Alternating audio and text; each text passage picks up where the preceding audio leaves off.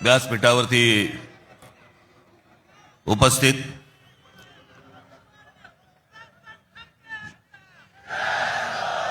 शिवसेनेचे पक्षप्रमुख उद्धव ठाकरे,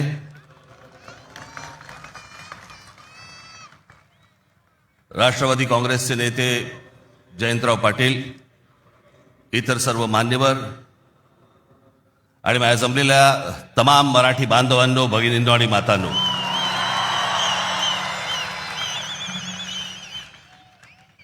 खरं तर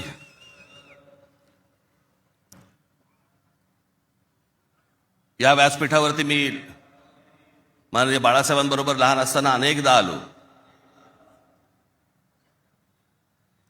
शिवसेना पक्षाची स्थापनाच या शिवतीर्थावरती झाली. त्यावेळेला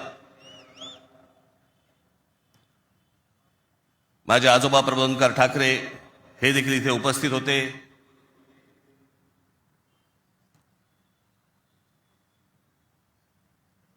माझे वडील श्रीकांत ठाकरे हे देखील उपस्थित होते.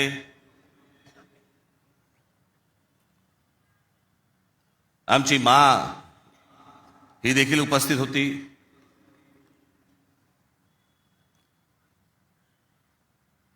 खरं आज या क्षणाला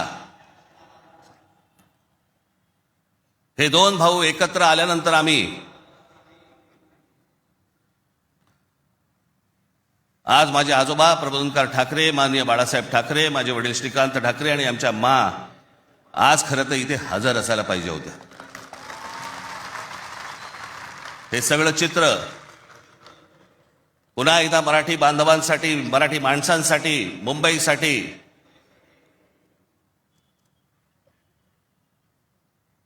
हा आम्ही दोन भावांनी उभारलेला सगळा लढा इथे नसले तरी वरून पाहत असतील.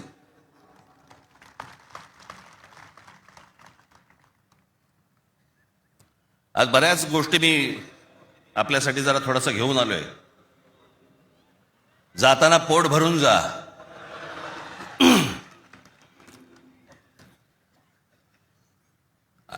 अनेक सामाजिक संस्था आहेत, मराठीवरती काम करणारे आहेत, अनेक लोक आहेत, ज्या लोकांनी अनेक दिवस आवाज उठवला या सगळ्या विषयात. मी सर्वप्रथम त्यांचे मी आभार मानतो. दीपक पवार आहेत, त्यांच्याबरोबरचे अनेक सहकारी आहेत, त्यांचे आभार मानतो. अनेक टेलिव्हिजन चॅनलचे आणि वर्तमानपत्रांचे संपादक आहेत, पत्रकार आहेत, त्यांनी गेले काही दिवस जी आम्हाला साथ दिली त्याबद्दल त्यांचेही मी मनापासून आभार मानतो.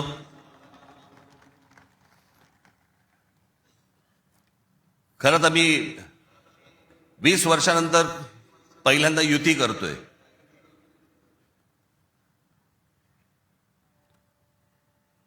आणि त्याच्यामुळे अनेक या युतीच्या सगळ्या अख्ख्या प्रोसेसमध्ये अनेक लोकांना तिकीटं दिली गेली, अनेक लोकांना तिकीटं नाही देता आली, अनेक जण नाराज झाले, जे जवळचे होते, सहकारी होते. काही जणांना वाटलं दुसऱ्या पक्षात जावं, काही नाराज झाले, काही रागावले, काही गोष्टी झाल्या, होतात. त्याला काय, आमच्या पण हातात काही गोष्टी नसतात. पण त्यांना दुखवणं हा काही आमचा हेतू नव्हता. पण तरी मी त्या सर्वांची, जर दुःखी झाले असतील, नाराज झाले असतील, त्या सर्वांची मी दिलगिरी व्यक्त करतो.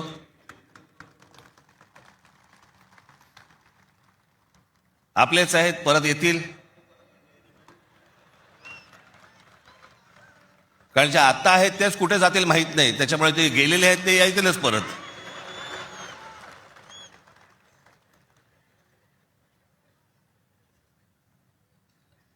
त्याच्यामुळे ह्या सगळ्या गोष्टींमध्ये मी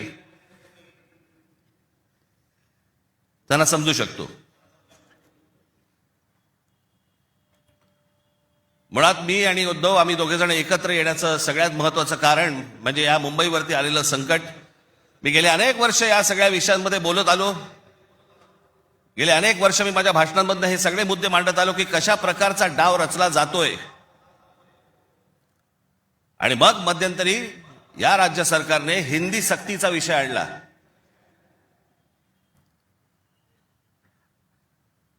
आणि त्यावेळेला मग मीही कडाडलो, उद्धवही कडाडला. आणि त्या सगळ्या याच्यामध्ये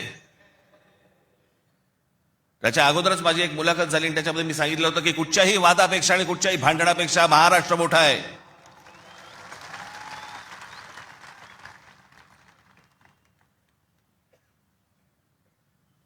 आणि मग तिकडनं ह्या सगळ्या गोष्टींची सुरुवात झाली. पण ते हिंदी सक्तीचा जो विषय होता तो फक्त तुम्हाला चाचपडून बघण्याचा होता. तुम्ही जागे आहात का? मराठी माणूस महाराष्ट्रामधला मुंबईमधला जिवंत आहे का? हे फक्त चाचपडणं होतं तुम्हाला.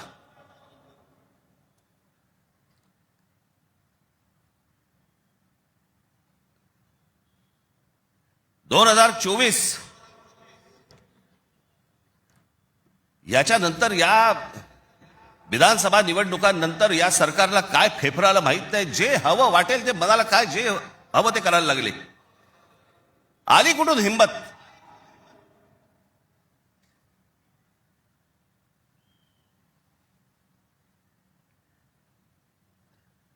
कोणाला विचारायचं नाही. काही जनता बिनता लोक बिक काही नावाची काही गोष्टच नाही. बस आम्हाला वाटलं म्हणून आम्ही केलं. हे कोण आहेत लोक? कोण आहे महाराष्ट्रातील जनता? पैसे फेकले की आम्ही विकत घेऊ. आला कुठून आत्मविश्वास?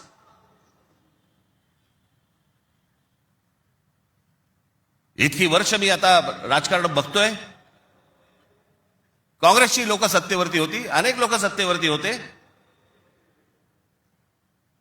परंतु ते लोकांना घाबरून असायचे, जनतेला घाबरून असायचे. आता घाबरणं बिबरणं काहीच नाही. गृहीत धरून टाकलं तुम्हाला. कुठून येतात मतं ह्यांच्याकडे, कशी येतात, काय येतात, याचा लढा तर बाकीच्या ठिकाणी सगळ्या ठिकाणी सुरूच आहे. ते बोगस वोटर आणि ते ईव्हीएम मशीन पासून सगळ्या गोष्टी सुरू आहेत. पण ह्याच्यामध्ये सगळ्यात महत्वाची गोष्ट बघा, आता उद्दामपणा कुठपर्यंत गेला यांचा. अकोटमध्ये भाजपने एमआयएमशी युती केली. बदलापूरमध्ये भाजपने काँग्रेस बरोबर युती केली. 66 जण बिनविरोध निवडून आले. बिनविरोध म्हणजे तिकडच्या मतदारांचा अधिकारच काढून टाकला. ते मतदारच नाही करू शकत. आज 66 आहेत. हे पुढे आकडे वाढत जाणार.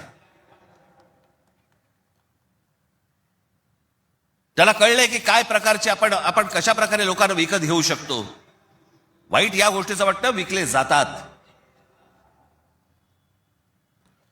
तुळजापूरमध्ये विनोद गंगणे नावाचा एक ड्रग्ज मधला रॅकेट मधला एक माणूस, ड्रग्ज रॅकेट मधला, त्याला भाजपने तिकीट दिलं. ड्रग्ज विका, काही विका, पुढच्या पिढ्या बर्बाद करा, काही फरक पडत नाही. पण ड्रग रॅकेट मधला एक माणूस, त्याला भारतीय जनता पक्षाने तिकीट दिलं तुमच्या नाकावर टिचून. तो एक आता बदलापूरला तुषार आपटे, बलात्काराच्या केस मधला आरोपी, बलात्काराच्या, सगळ्यांना माहिती आहे, नगरसेवक केलं. लहान मुलींच्या वरती बलात्काराचा आरोप असलेला माणूस, त्याला भारतीय जनता पक्षाने नगरसेवक. आली कुठून हिंमत? ज्यावेळेला वेडावागड्या पद्धतीने ज्यावेळेला निवडणुका जिंकण्याचं यंत्र किंवा तंत्र हे ज्यावेळेला हस्तगत होतं ना, त्याच वेळेला हा उद्दामपणा येतो, ही मस्ती येते ना, हा माज येतो ना, हा त्याच्यातनं येतो.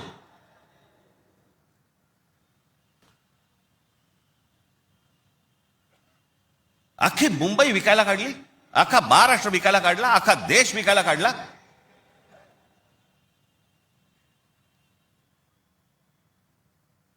आपल्यासमोर काय वाढून ठेवलंय आपल्याला अंदाज पण नाहीये. मी तुम्हाला हे सांगतोय, मला 2024 साली मला एक व्यक्ती भेटली.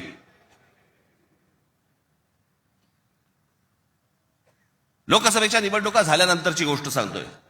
आणि त्यांनी मला जी माहिती दिली आणि ती माहिती दिल्यानंतर माझे सगळे लोक, माझे काय रिसर्च टीम सगळी जी काही कामाला लागली, ते जे काही झालंय ते आज मी तुम्हाला इथे दाखवणार आहे.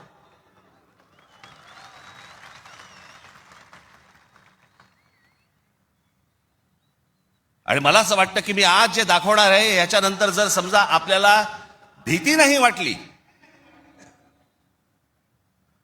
तर मला असं वाटतं या देशात निवडणुका न लढवलेल्याच बऱ्या.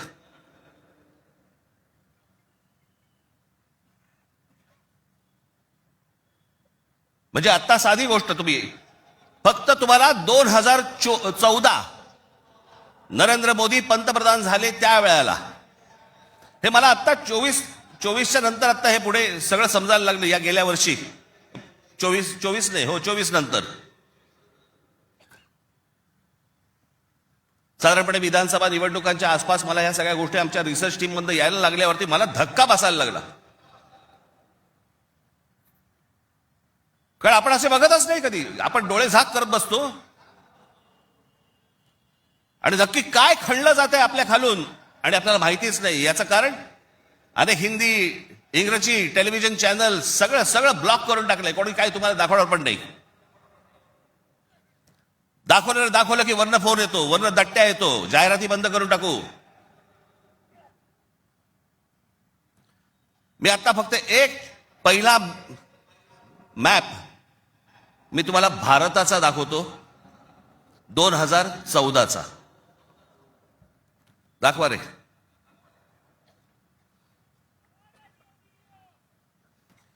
हा आहे 2014चा गौतम अडानी यांचे प्रोजेक्ट्स किती होते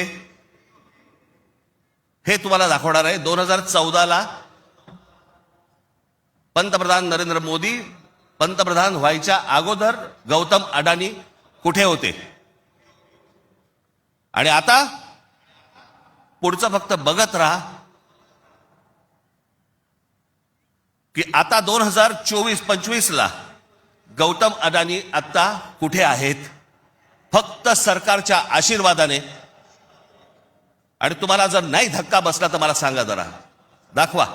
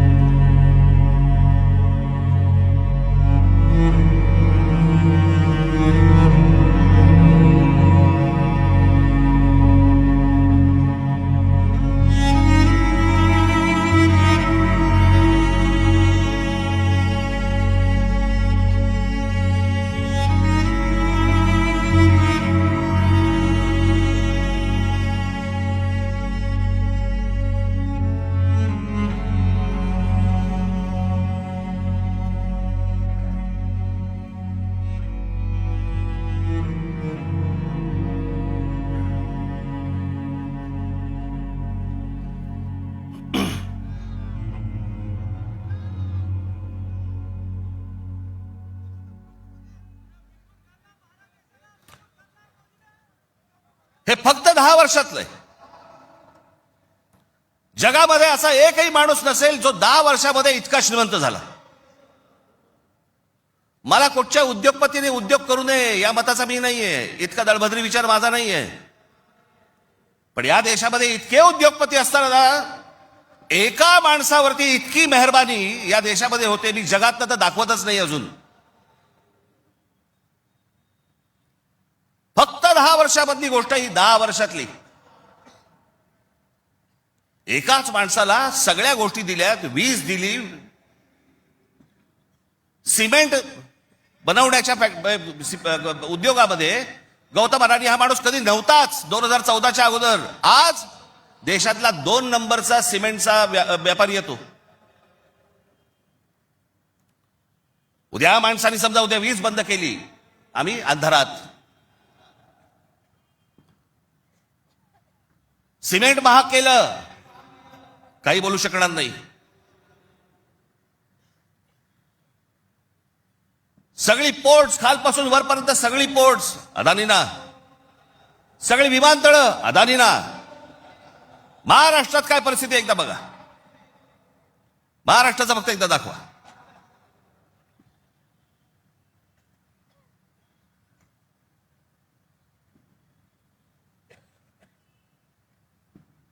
महाराष्ट्रामध्ये फक्त एका ठिकाणी 2014ला फक्त गौतम अडाणी एका ठिकाणी आहेत उद्योग.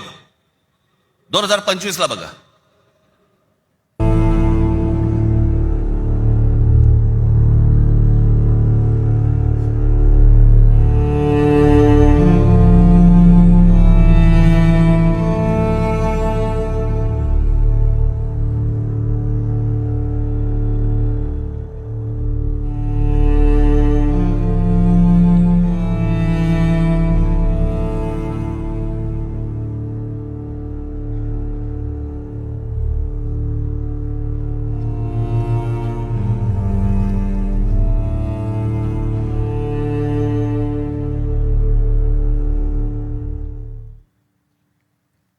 ही महाराष्ट्राची स्थिती.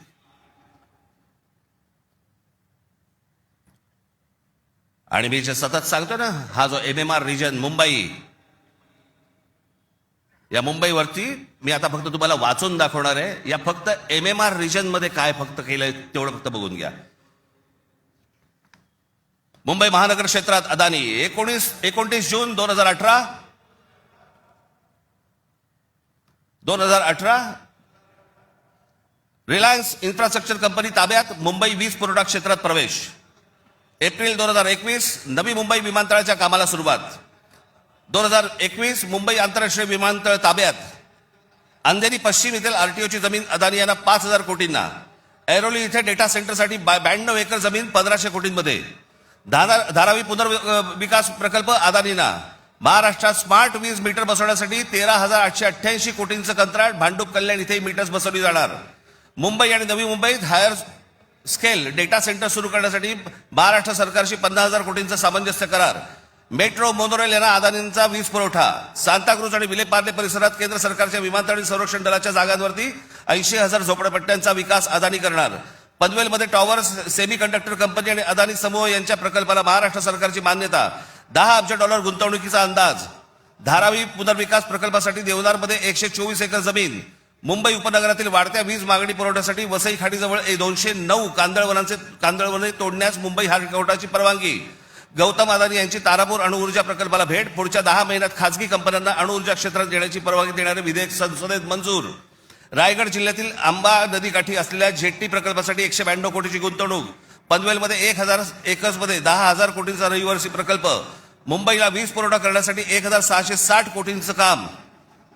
धारावी पुनर्विकास प्रकल्प बांधणीसाठी मुलुंड येथे 58 एकर जमीन आणि 319 कोटी मिळाले. धारावी पुनर्विकास प्रकल्प बाधितांसाठी कुर्ला मदर डेअरीची 20 एकर जमीन 57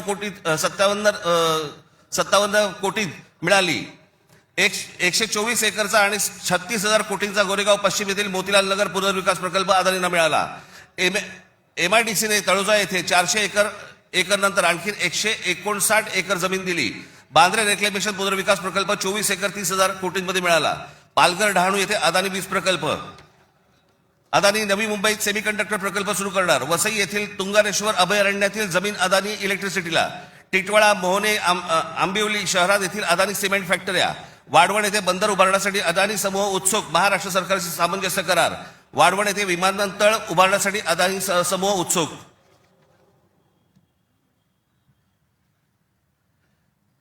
हे मी तुम्हाला सांगतोय ना, हे कशा प्रकारे तुम्हाला आवडलं जातंय याचा काही आपल्याला अंदाज, आपल्याला कळतंय हे काय चाललंय. आता हा सगळा वाढवणला आता बंदर येतंय म्हणून मी म्हटलं बंदर येत असेल चांगली गोष्ट आहे. महाराष्ट्रात बाजूला विमानतळ कशासाठी तर म्हणे मुंबई विमानतळावरचा सगळा कार्गो तिकडे नेणार. आणि नवी मुंबई विमानतळ जे बांधलंय इथून इंटरनॅशनल आणि डोमेस्टिक या आपल्याकडच्या इकडच्या विमानतळावरनं, छत्रपती शिवाजी महाराज आंतरराष्ट्रीय विमानतळावरनं डोमेस्टिक आणि इंटरनॅशनल नवी मुंबईला नेणार. ही प्रोसेस हळूहळू सुरू झालेली आहे. आणि पुढे हा संपूर्ण विमानतळ विकायला काढणार. या शिवाजी पार्क मैदान एवढी जवळपास 50 ते 60 शिवाजी पार्क मैदानं बसतील एवढा प्लॉट आहे तो,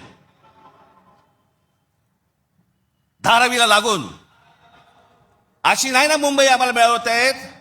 आम्ही बदा पैसे होतो, जमिनी विकत घेतो, जमिनी सगळ्या काढून घेतो. आणि इकडच्यांचं काय घेऊन बसलोय आपण, या सरकारमध्ये बसलेत त्यांचं.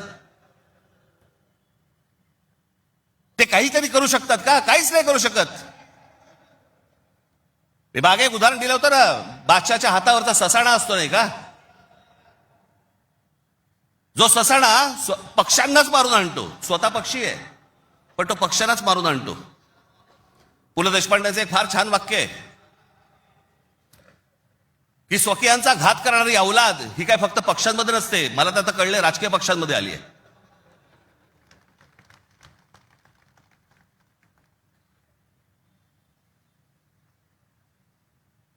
डोक्यात गेली सत्ता, डोक्यात.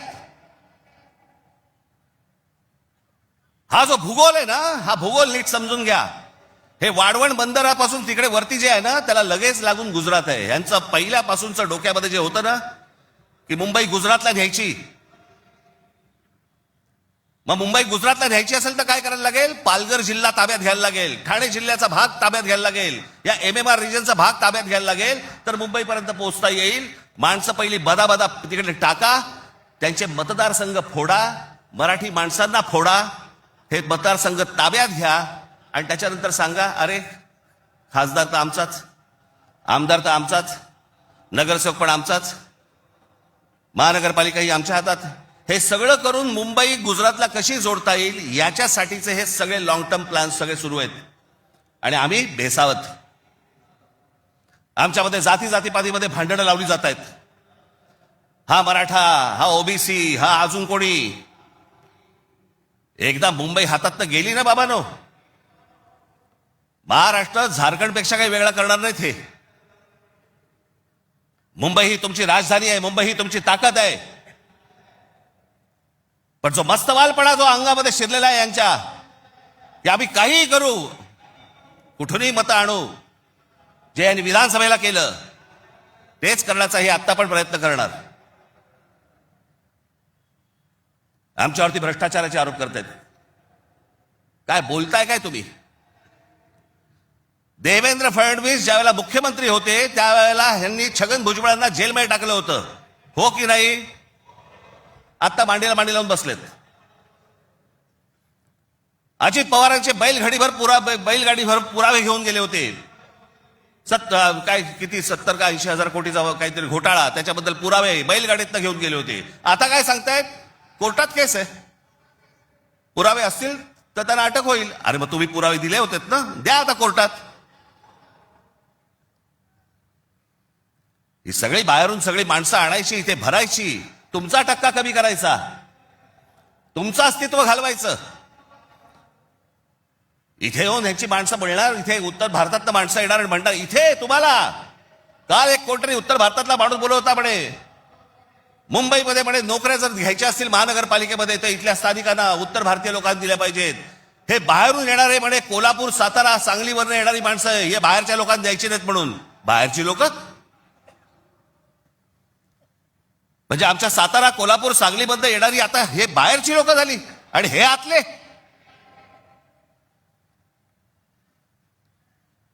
कृपाशंकर सिंग सारखा माणूस यांचा नेता भारतीय जनता पक्षाचा, तो म्हणतो काय, उत्तर भारतीय महापौर करू, महापौर करू. यांची हिंमत कशी होती हो बोलायची? आपण जाऊन बोलू शकतो का तिकडे?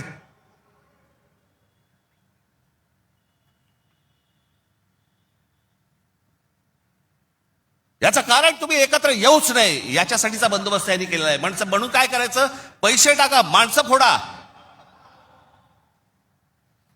यांचं मुंबईवरचं लक्ष उडालं पाहिजे, महाराष्ट्रावरचं लक्ष उडालं पाहिजे. हे मराठी म्हणून कधी एकत्र येताच कामा नयेत. आणि मग आपल्याला जे साध्य करायचंय,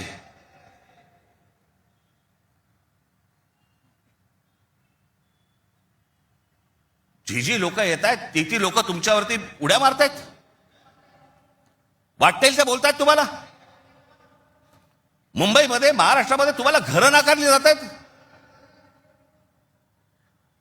काल परवाकडे कोणतरी एक तामिळनाडूमधून रसमलाई आली होती.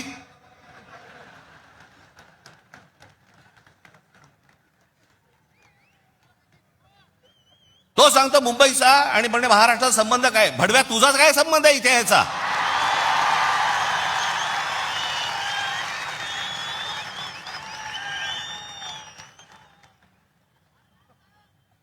यांच्यासाठीच माननीय बाळासाहेब बोलले होते, हटाव लुंगी आणि बजाव पुंगी. अनेक दाक्षिणात्य इथे राहत आहेत, अनेक जैन मारवाडी इथे राहत आहेत, आनंदाने राहत आहेत. पण कसं भडकवलं जाते बघा तुम्हाला कबुतरांच्या नावाने. कबूतर राहिली बाजूला, पण हे सत्ताधारी जे फडफडत आहेत ना, हा त्यांचा प्रश्न आहे. काल परवाची गोष्ट, इथे मुंबईमध्ये जैन मराठी वादावरती पडदा टाकण्यासाठी म्हणून एक बैठक झाली. ही बातमी फक्त नवाकाळला आली होती. त्यांचे कोणतरी एक जैन मुली निलेश चंद्र आहेत, निलेश चंद्र बघा. ते जैन मुली निलेश चंद्र काय सांगतायत, तर कबुतरे खाणे आणि मांसावरून मराठी जैन समाजात पेटलेला वाद मिटवण्याची जबाबदारी मुख्यमंत्री देवेंद्र फडणवीस यांनी भाजपा मंत्री मंगल प्रभात लोढा यांना दिली. मात्र मंगल प्रभात लोढा यांनी हा वाद मिटवला नाही, तर ह्या समाजामध्ये जास्तीत जास्त भांडणं कशी लागतील हे पाहिलं. म्हणजे मराठी माणसापासून गुजराती बाजूला करायचे, आता ही लुंगी अंडी इकडनं तमिळ बाजूला करायचे, अजून कोणतरी युपी मधनं बोलवायचा, त्याच्यात अजून ते बाजूला करायचे. तुम्हाला या महाराष्ट्रामध्ये, मुंबईमध्ये एकट्यात पाडायचं. एकटे असलो तरी काफी होत.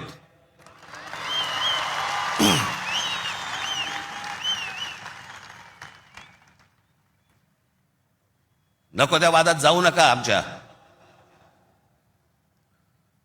यांच्या गुजरातमधनं बिहारी लोकांना ज्यावेळेला हाकलवले त्याच्या बातम्या नाही होत.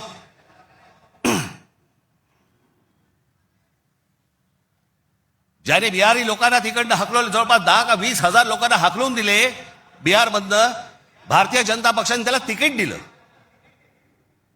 निवडणुकीचं तिकीट दिलं. आणि हे वाद फक्त तुमच्यासाठी, आमच्यासाठी इथे फक्त करून ठेवतायत. गेले अनेक वर्ष सांगतो तुम्हाला, हे सगळं हे जे मुद्दामून जे चालू आहे, तुमचं अस्तित्व नष्ट करण्यासाठी हे सगळं सुरू आहे. आज ही मुंबई हातामध्ये गेली. मुंबई का पाहिजे हातात? आज केंद्रामध्ये यांची सत्ता, राज्यामध्ये यांची सत्ता, पण उद्या मुंबईमध्ये, ठाण्यामध्ये, कल्याण डोंबिवलीमध्ये, आमच्या MMR रिजनमध्ये उद्या ह्यांना जर काही करायचं असेल, महानगरपालिकेची परवानगी लागेल. आणि महानगरपालिका जर आपल्या हातात असतील, हे जमिनी विकून देऊ शकत नाहीत, हे अदानीला जमीन देऊ शकत नाहीत.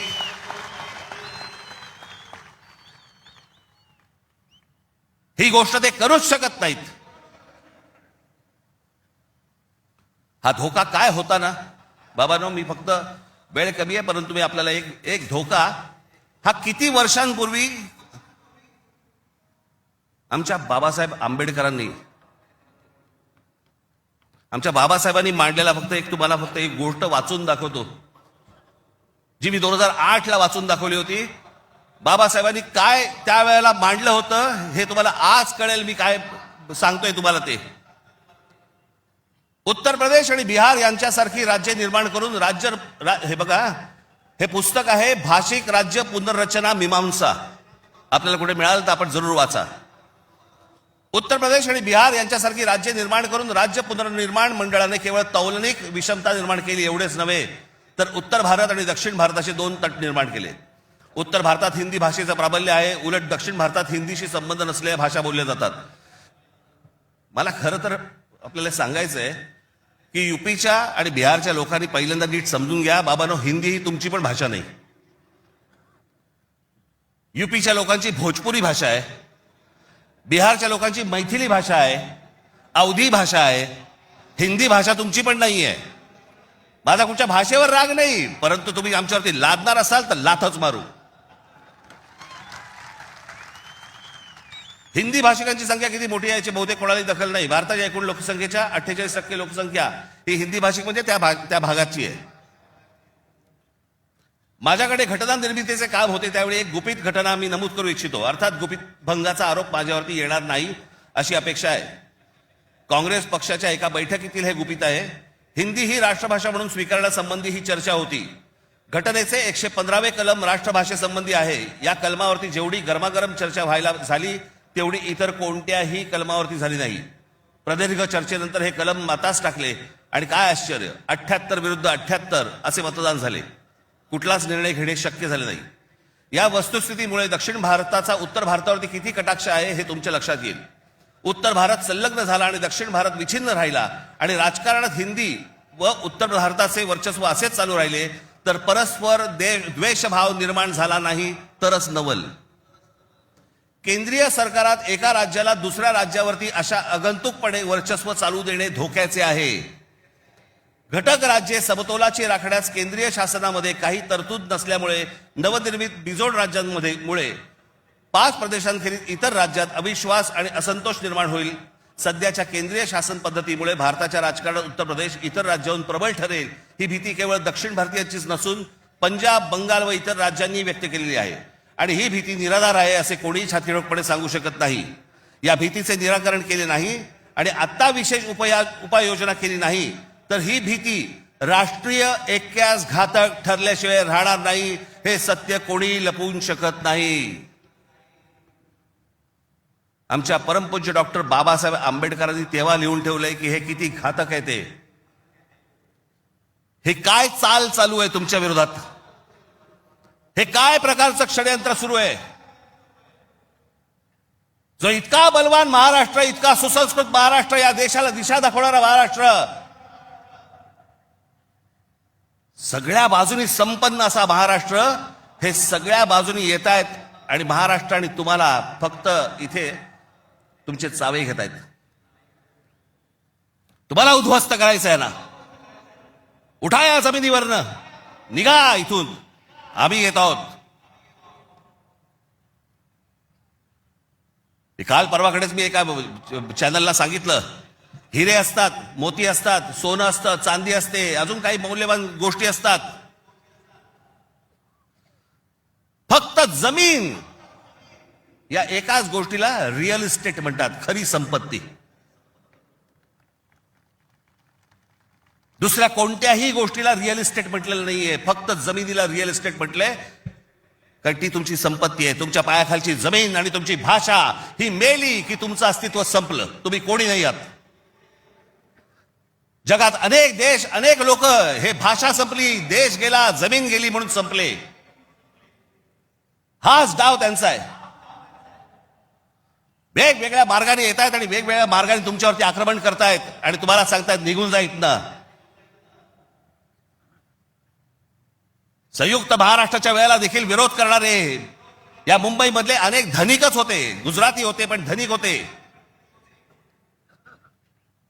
आज पण तेच चालू. आणि आज हे संकट त्यावेळेला तर इतकं नव्हतं, पण आज खरं तर तुमच्या उंबरठ्यावरून वरती येऊन उभं आहे. कधी तुमच्या दरवाज्यावरती टकटक होईल तुम्हाला पण कळणार नाही. कधी तुम्हाला इथनं बाहेर काढतील तुम्हाला कळणार पण नाही. आज मुंबई, उद्या ठाणा, कल्याण, डोंबिवली, सगळे सगळे भाग, उद्या पुणा, नाशिक, जे जे चांगलं आहे, आज कोकणपट्टी अख्खी रिकामी करतायत. जमिनीच्या जमिनी विकत घेतल्या जात आहेत. मी त्यावेळेला त्या बुलेट ट्रेनला विरोध केला होता. आजही माझा विरोधच आहे. कुठे चालली आहे बुलेट ट्रेन?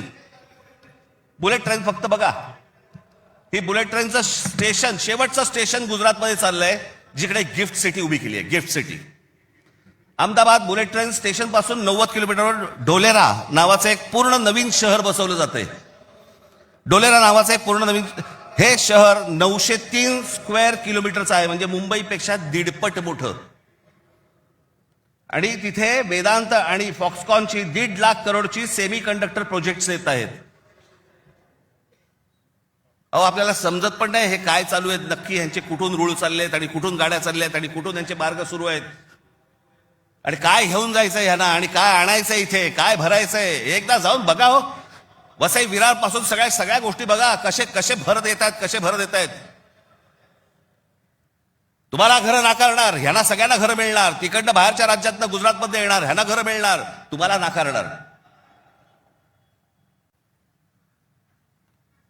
अहो, तुम्हीच नसाल, तुमचंच अस्तित्व नसेल, काय चाटायची आहे महानगरपालिका?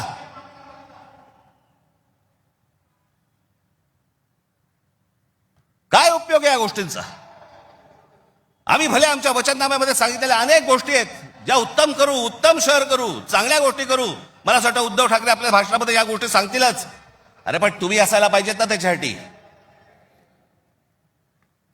तुमची काय किंमत करून ठेवली आहे लोकांनी? कोण महाराष्ट्रामधला मराठी माणूस पैसे फेकले की विकला जातो? ही आपली किंमत. आणि ही बोली लावणारे कोण? आमचेच. दुसऱ्यांच्या हातावरती बसून त्यांचा उद्देश साध्य करण्यासाठी आमचे लोक हे आमच्या लोकांना फोडतायत. काय दुर्दैव आहे बोला. या अशा परिस्थितीमध्ये ही आजची निवडणूक होते आहे. ही मराठी माणसासाठी शेवटची निवडणूक आहे. आज जर चुकलात, कायमचे मुकलात म्हणून समजा. आज जर तुमच्या हातात ही शहरं गेली, त्यांच्या हातामध्ये गेली, उद्या राजानं मारलं आणि पावसानं झोडलं, तक्रार कोणाकडे करायची? आज इतर राजकीय पक्षांमधले पण जे मराठी लोक आहेत, माझं त्यांनाही आव्हान आहे, सोडा ते सगळं. या मराठी माणसासाठी एक व्हा, या मुंबईसाठी एक व्हा, या महाराष्ट्रासाठी एक व्हा.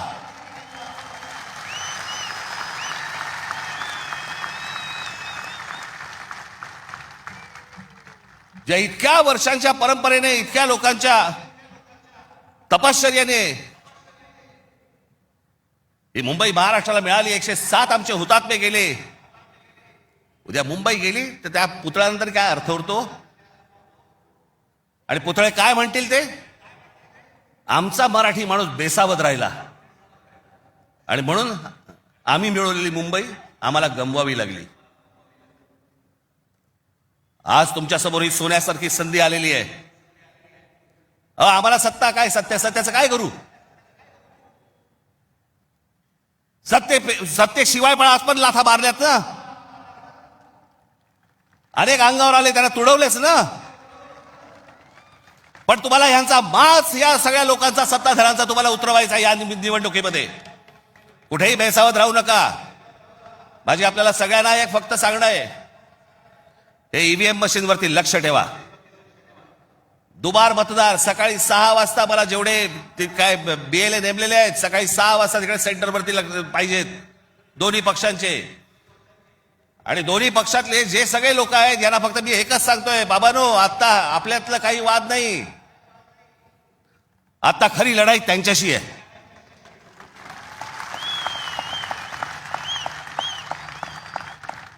आपण भांडत राहावं हेच त्यांना पाहिजे. त्यांना जे हवं ते आपण नाही द्यायचंय, आपल्याला जे हवं तेच आपण केलं पाहिजे. आणि म्हणून तिकडे आपल्याला जातात एवढंच सांगेन की सतर्क राहा, बेसावध राहू नका. आणि जर दुबार मतदार जर तिकडे आला, सकाळी 7 वाजता फोडून काढा.